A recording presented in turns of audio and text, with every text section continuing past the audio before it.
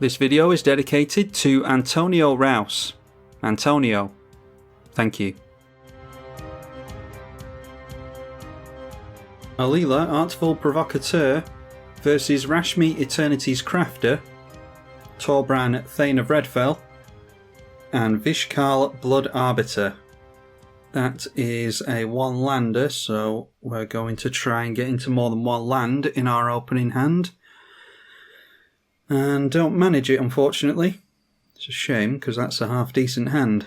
So let's go through for another mulligan. Yeah, I've just been trying to get games with Kumina, and I can't seem to draw into a hand with more than one land in it. So Magic Online's been a little bit off, apparently. Try again. Alright, bunch of lands this time, and a Rhystic Study, a Tutor. Yeah, I think I want to keep the Lightning Greaves there. So we'll have to hope for another land, but we can grab one with the Vamp Tutor if needs be. Oh, alright, we weren't asked to... We weren't asked to put anything on the bottom of our library there for some reason. And now it's not allowing me to play lands. Oh, and the Rashmi player is scooped on turn 0. Excellent. Just saying to my opponents, think the game might be bugged because Rashmi decided to scoop before the game started. Maybe that had something to do with it. Like I said, it didn't make us put anything on the bottom of our library in response to the mulligans. So, let's try again. Alright, let's try again. Alela, Artful, Provocateur, this time up against Zacama, Primal Calamity, Torbran, Thane of Redfell, and Danitha, Capashen, Paragon. Wouldn't you know it, we have a one-lander again. Plenty of mana. Not much to do with the mana though. I just want to make lands because Alela eats removal. Alright, we've got a two-lander this time. And I like the Phyrexian Arena. They're both tainted lands though, so we're going to need a swamp. If we don't get into a swamp there, then it's really bad. And we've got two big beaters in our hand that we want in the late game. Yeah, I'm going to go down a card here. Alright, that is a lot better. We'll get rid of the Steel Hellkite there, I think, and keep the other stuff. And this time it does ask us to put something on the bottom. Now we managed to get ourselves into another land, so that means we've got... Yeah, we'll go for a white and black source here, and then we'll go for a white and blue source with that. And Torbran getting off to a really fast start, dropping the Mana Crypt into Spell Shock. Whenever a player casts a spell, they get shocked. Yeah, not looking good so far. We've at least got Swords to Plowshares to deal with Torbran when that comes out, next turn most likely. Well, there's a Mana Crypt of our own. We'll be careful about playing that. Let's go for a blue source with Arid Mesa. I'm hoping that we don't see Blood Moon from the Torbran player. Although I wouldn't be surprised if they were playing it. We'll get some chump blockers in the way with Bitter Blossom. We're obviously going to lose life to that, but I think we just need to carry on as normal and try and deal with Torbran as and when we get the chance. Then Pure Steel Paladin coming down from Danitha. So everyone's getting some good cards on the go to start the game off. Torbran does come down for the Torbran player and then shocking the Zacama by getting down a Cultivate. And we are going to take more damage from the Bitter Blossom. I don't think I'm in too much of a hurry to run out my Alela into removal. Yeah, we're up against white and red players. Torbran is obviously going to be able to burn out Alela quite easily with the extra damage, so I think we'll hold off on Alela for a minute, get into... Yeah, that's really good. Another blue mana for the Disallow. Yeah, so let's go for the Drowned Catacomb. So we'll just hold up Disallow and Swords to Plowshares. We'll see where Torbran swings in. But it would be nice to see the mono-white player either use their removal on Torbran, or they'll take 4 damage per spell that they cast. They're just going for their Danitha. No artifacts from them yet. No, there we go, they're going for Darksteel Axe. So that is 8 damage they've taken here. Drawing a card with the Pure Steel Paladin. A Bonfire of the Damned being revealed for Torbran. And that will deal 2 damage to them. X is 4. So it deals X damage to a target player. And each creature that player controls. So that is going in towards Danitha. I will allow that. Yeah, X is 4. X is 4. I'll tell you what. Let's try and help the mono-white player take a bit less damage. And we'll go for the Swords to Plowshares. The creatures still get wiped out. Danitha going into the graveyard? No, Danitha going into the command zone there, so hopefully it won't set the mono-white player back too much, but I think we've managed to slow down Torbran a little bit. Don't know if they've got a land to make this turn. They do. So 1 more land next turn and they just get their Torbran out again. Might just have to hold up disallow for that. And all the while Torbran is going off, we're not paying much attention to Zacama, which, yeah, that's really dangerous to ignore Zacama. Pier's Whim now. Everyone is going to have to sacrifice an enchantment or artifact, I imagine, which will get rid of our Bitter Blossom, unfortunately. Our opponent manages to get themselves into Thawing Glaciers. We sacrifice the Bitter Blossom. Darksteel Axe will go down here. And I imagine they get rid of the Spell Shock over here. And that's exactly what happens. Oh, then a Burgeoning. They've got 4 cards left in hand. So it might be that they've still got lands to make. I'm wondering if we go in for our Alela while we've got the chance. Alright, well, there's a Demonic Tutor. We'll drop the land. That will trigger Burgeoning from Zacama. Now then, we've got 6 mana available to us. It would be nice to go for Alela, then throw out the Mana Crypt, because we get a fairy that way, but yeah, is that what we want to do? We could go for Demonic Tutor this turn, but it means getting out the Mana Crypt first. I think we surprise our opponents with a Demonic Tutor, and we'll probably go in for Skull Clamp with the current situation that we're in, so let's just go for Alela with the coloured mana. Then we'll get ourselves a fairy with the Mana Crypt, and with that we will swing in towards the Zacama player, I think. The mono-white player gets themselves a Soltari Visionary. That's a 2-2 with Shadow. Whenever it deals damage, destroy an enchantment that player controls. We obviously run a lot of enchantments and artifacts, so yeah, we don't really like that. And the Burgeoning has gotten the Naya player out, a Mishra's Workshop and an Emergent Zone. Mishra's Workshop won't help them get into their Zacama at least, but it'll help them get into rocks, which will get them into their Zacama. Burgeoning continue to trigger with the mono-red player. They can tap out for their commander here if they like. Instead, going for Goblin Charbelcher. I played this a very long time ago. I can't quite remember what it does. Reveal cards from the top until you reveal a land. It deals damage equal to the number of non-land cards revealed to any target. If the revealed land was a mountain, it deals double the damage instead. And then the revealed cards go on the bottom. So, caring about mountains there, which does make me think that they'll have Blood Moon effects. Anyway, Zacama continuing to make mana.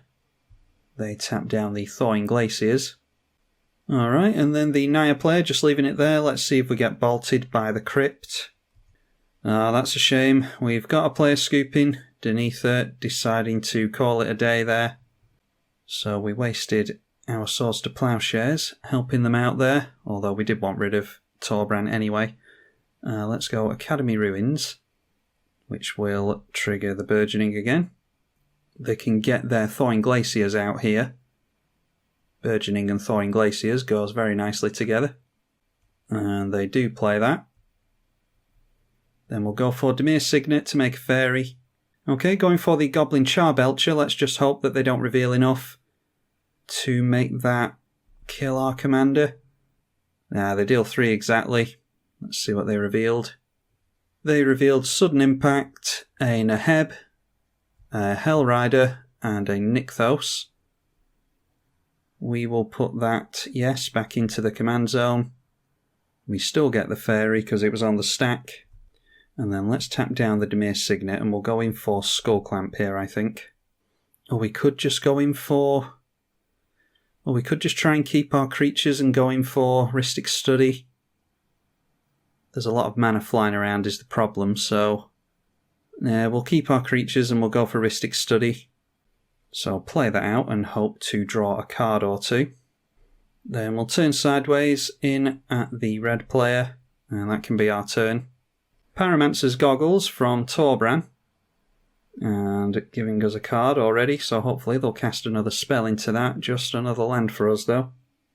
Then a Beast Within, going on to our Rhystic Study. Yeah, so as usual, Alela getting a lot of hate, but they would have pointed that at the Skull Clamp anyway, I think. Skullwinder from Zacama. Torbran deciding to just hold some mana up with one card in hand. And with this, they get to allow another opponent to return a card from graveyard to hand. Yeah, they pointed it over here, so they get the enchantment back. Then going for a Cultivate. Yeah, I think Zacama is going to run away with this one. So often I play against Zacama, and just because they're ramping and they don't have anything on the board, people tend to get distracted by other players. Looks like they've activated Thawing Glaciers, so that goes back into their hand. And we will try and dodge a bolt from Mana Crypt, which we do manage to do. We do not manage to dodge the lands, though, unfortunately. So, it's just a case of getting our commander down again. We've got 1, 3, 4, 5, and 6. Then we go Polluted Delta for a Disallow. Trigger the Burgeoning again, so they get their Thawing Glaciers back into play. I'm just going to go for a basic island here, just in case we see that dreaded, what's it called, Blood Moon. And with that, we get our Alela down again. And I think we are seeing Zacama next turn, and they're going for Alela again, okay. I think we just have to disallow that, don't we, really? We're just not going to be able to keep her in play. I'll be very intrigued to see how Torbran deals with the Zacama player. I'd love to see it, but I can't really see it happening, to be honest. So let's turn everything in sideways at Zacama. Try and take them down as much as we can. And they do block our beast with the Death Toucher, so they will trade each other. Now let's see if they want to point that Charbelcher at Alela again straight away. Might be that they just have Burn in hand to deal with her. Gilded Lotus first of all. And that Spell Shot comes back into play again, still holding up the mana for the Charbelcher. And we've shown that we're going after the Zacama, so you would think they would hold that up for when Zacama comes out. Thawing Glaciers being tapped straight away. They have a Kessig Wolf Run in play as well now, by the way. Missed that one. Thawing Glaciers and Burgeoning has done wonders for Zacama. And then this looks like their commander to me. So they will take 2 to the Spell Shock. They're going to untap all of their lands. So even if this does go towards the Zacama, they're going to be able to blow it up in response. I think they can do, yeah, Artifact or Enchantment with that. Then going in for Thawing Glaciers again, because all of their lands untapped, of course. And tapping down all of their mana, so maybe they flicker Zacama. I think this is on entry, isn't it? Yeah, it's on entry, but it's if you cast it, so flicker doesn't work there, does it? Oh, Genesis Wave, where X is 9. And that's why you don't ignore Zacama. They actually don't manage to get too much from that, thankfully. A Wood Elves, a Burnished Heart, some lands, including the Command Beacon. Yeah, that could have been a lot worse for us. But it's going to be a hell of a time to keep Zacama out of play now with all this mana. Now then, it's still a case of seeing if that Charbelcher still gets aimed at our Alela. Like I said before, she just seems to be a total magnet for removal being pointed at her. People don't really seem to analyse the board or the state of the game. They just remove her no matter what's going on. So we'll see what happens there. We lose the flip. And are we just going to draw into another land again? Yes, we are, apparently. So we're really not destined to win this one. I will play the Reliquary Tower because I don't want our opponent to be able to tap this for non-artifact mana. So we won't go for the Urborg. Burgeoning, doing the usual trick of getting the Glaciers back into play. Yeah, I think the Charbelchers is still going to come in at Alela. I'm going to hold her back as a Death Toucher. So let's just take... Hang on, does this have reach? Yes, it does. So we just have to hold back here, unfortunately. Because I don't know which creatures we're going to have by the time Zacama's turn rolls round. We need to block as much damage as we can. I mean, it does have Trample, but you never know, the few points of damage might actually matter. Okay, now the Goblin Charbelcher is being pointed directly at Zacama. So they don't fancy their odds of taking out the Zacama, maybe? Maybe some removal is actually going to be pointed away from us for once. Alright, Zacama destroying that thing. I think that might mean it can't deal damage now. I don't know. Oh yeah, it still dealt the damage, so they still go down to 16. What was revealed? This time a Thran Dynamo, Furnace of Wrath, a Horde Smelter Dragon, and then a Mountain, so the damage was doubled. Perforos, God of the Forge now. And let's see if they've got some means of making tokens. Apparently not, just going in for Torbran. Taking another 2 damage, but this will come in and deal 4 damage to each of us. And that also animates Perforos.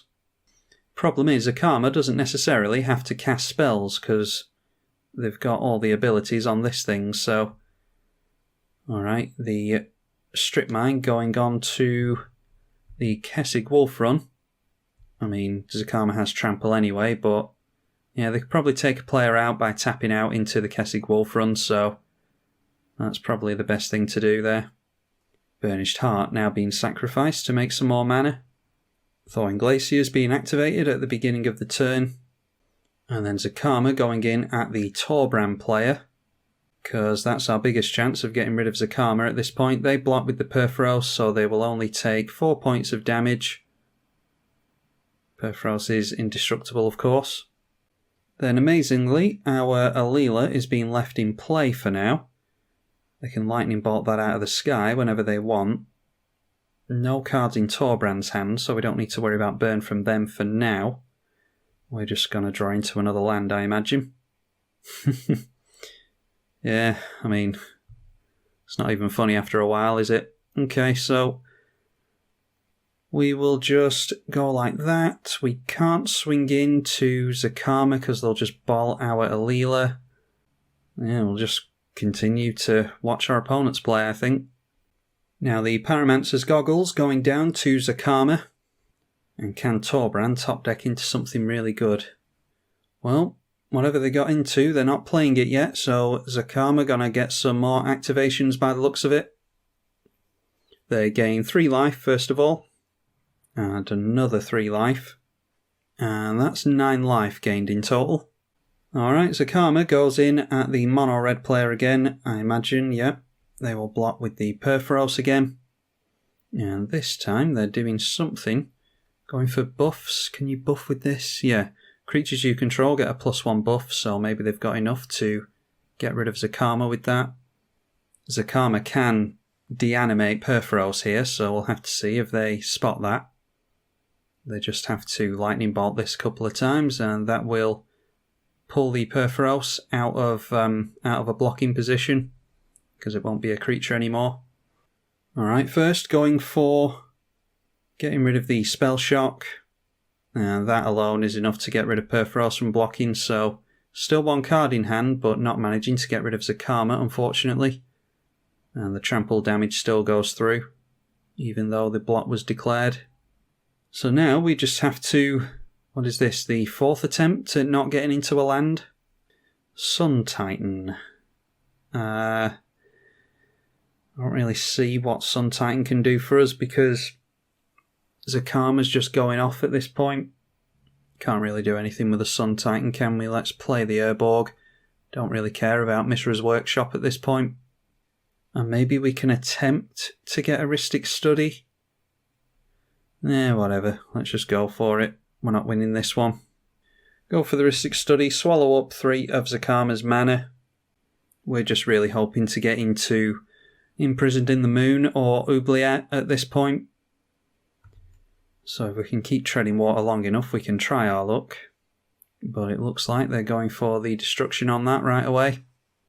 And they certainly are.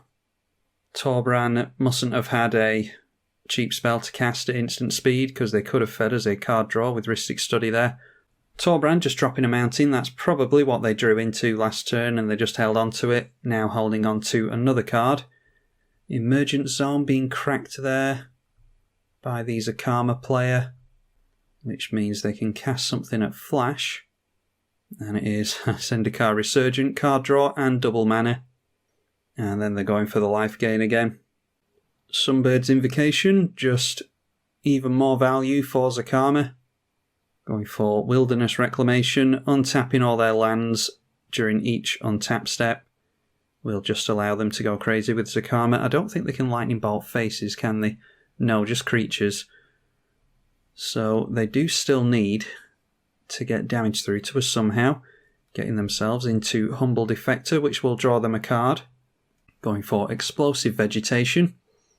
And that takes them into a Bear Umbra, which is more untap your lands shenanigans.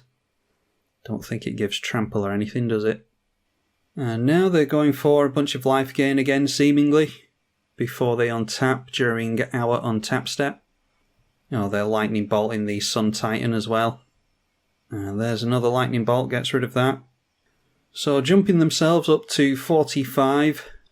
Our opponent seems to be playing with his food here because he's not pointing Lightning Bolts at creatures when he could.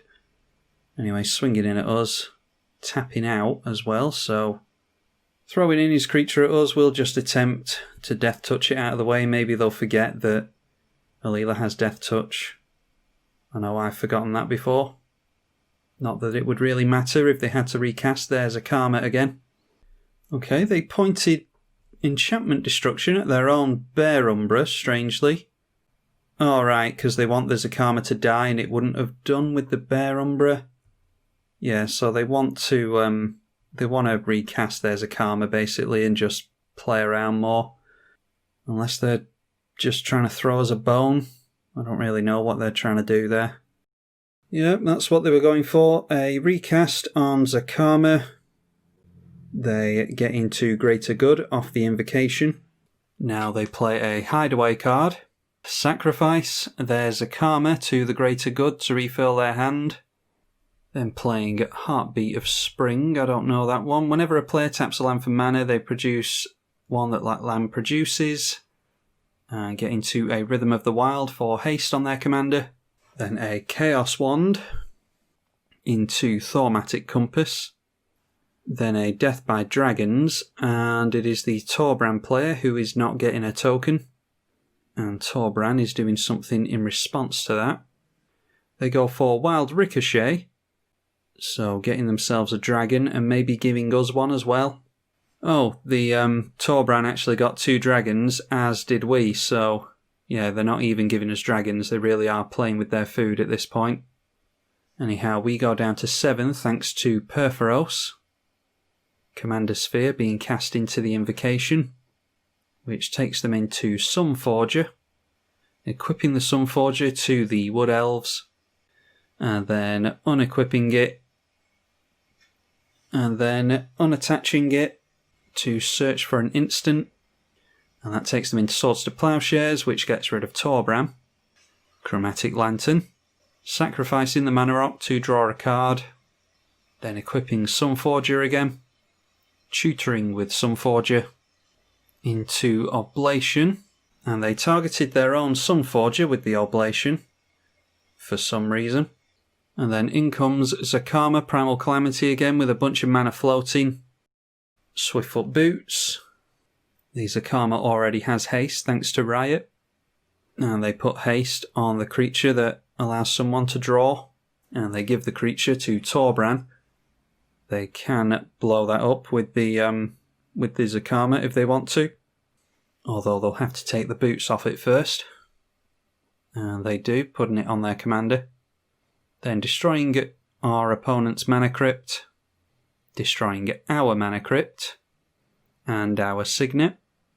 Then it's 3 damage to their 2 mana creature, so that Torbran can't draw. And then gaining life, still not getting rid of the creatures. If our opponent doesn't get rid of any creatures here, I'm just going to scoop it, because I'm sure they could have won before now. Anyway, at the end of the turn, they will untap all their lands, which are already untapped thanks to Zacama, and the Thaumatic Compass will flip over into a Maze of Ith. And at the end of the turn, they had to discard a Myriad Landscape. Grave Pact would be good if we could actually keep it in play, which we can't. So we'll just play it out for the hell of it. And I forgot that we're actually generating more mana thanks to this thing, so we could have gotten out our Alela first, but both are easily dealt with by our opponent's commander. They have a lock on us well and truly, so not exactly playing properly here. And going straight in for the destruction on the Grave Pact. Then, as much as I'd like to turn everything in sideways at Torbran just for the fun, I'm not going to take them out of the game just in case they've got something they want to do. Yeah, I don't want to mess up someone else's game. Okay, destroying their own Heartbeat of Spring so that Torbran can't use a big X spell to take them out. I don't think they're going to have anywhere near enough mana to do that anyway, even with Torbran in play. And they go for Fanatic of Mogis, which comes in and deals damage to each opponent equal to the Devotion to Red, so that is 2 from the Minotaur, 2 from Perforos, we're still not done with yet. The 6/5s making their way over to Zacama. Looks as though Torbran doesn't want to go down without a fight. They untap one of them and then they just block the, the dragon with Zacama, so yeah, can't get through even 6 points of damage. Okay, at this point, because my opponent is taking such a long time to finish the game off, I'm just going to fast forward at this point. I've spent a pretty long time on this game and it's been pretty tortuous, so I'll fast forward through it, try and make it as easy to follow as possible during the edit, and I'll see you all at the end of the video. Okay, I've come back to the game. I haven't actually been that long. I think I've been about, I don't know, a couple of minutes or something. The game was asking me to respond by putting my commander into the command zone. So even though I'd F6 and pass priority throughout everything my opponent was doing, the game obviously stopped there and didn't allow my opponent to carry on. They actually sent me a message saying that I was being rude for not responding and going AFK, which I think's funny. And then I think whilst the mono red opponent was waiting for me, can't remember which one of these two it was actually, must have been this player. Whilst they were waiting for me, they just decided to scoop. Like I said, I was only away from the keyboard for a minute or two, so they weren't waiting that long, but obviously the game has been drawn out and tortuous enough as it is, so they didn't want to wait even longer for me to come back.